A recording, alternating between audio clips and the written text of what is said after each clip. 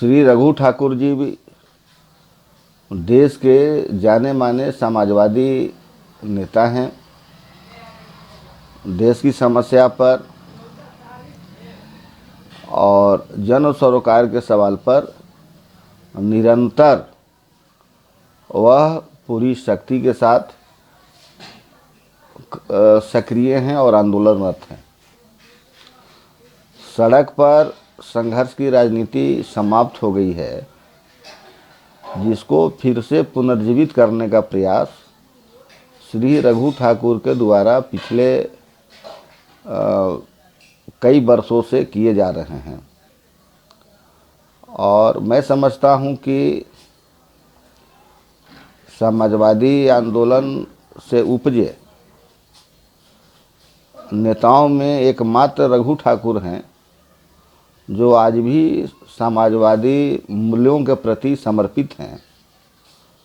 उनके मार्गदर्शन में लोकतांत्रिक समाजवादी पार्टी काम कर रही है। श्री रघु ठाकुर जी से हमारा बरसों का संबंध है।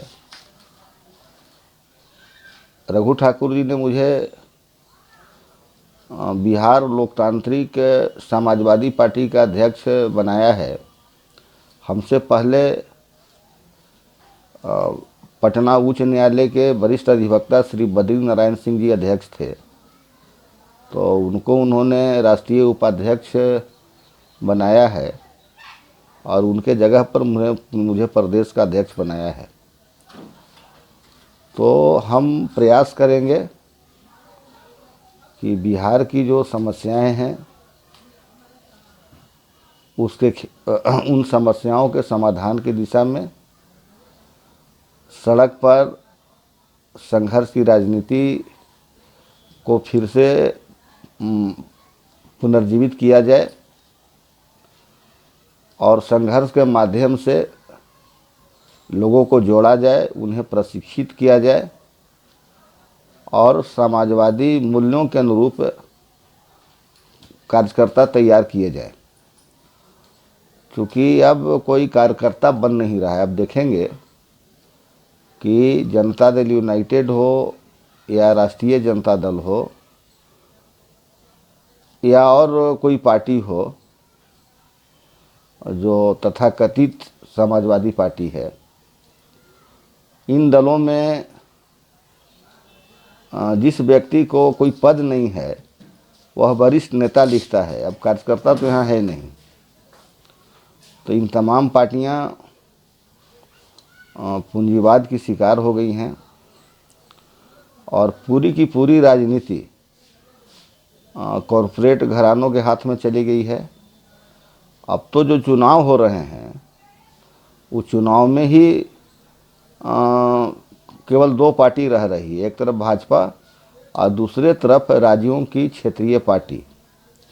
और कुछ छोटे छोटे दल हैं, उनमें कुछ भाजपा के साथ पिछलग्गू हैं तो कुछ क्षेत्रीय पार्टियों के पिछलग्गू हैं।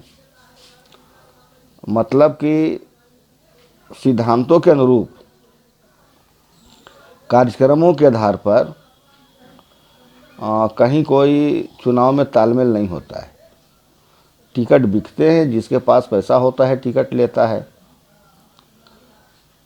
तो ऐसी स्थिति में किसी भी जाति धर्म का गरीब व्यक्ति अब चुनाव लड़ने का साहस नहीं कर सकता है, लड़ता भी नहीं। न तो जनता आकर्षित हो पाती है और ना ही कोई पार्टी किसी गरीब व्यक्ति को उम्मीदवार बनाती है। तो ऐसी स्थिति में नए सिरे से हम लोग प्रयास करेंगे और वैकल्पिक राजनीति की ओर हम लोग बढ़ेंगे,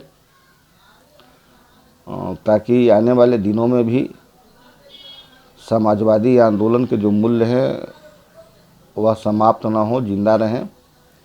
यद्यपि पूरी की पूरी राजनीति कॉरपोरेट घरानों के हाथ में चली गई है, गरीबी और अमीरी की खाई बढ़ रही है और ये धर्म और जाति और संप्रदाय के नाव पे बहुत दिन तक मामला चलेगा नहीं।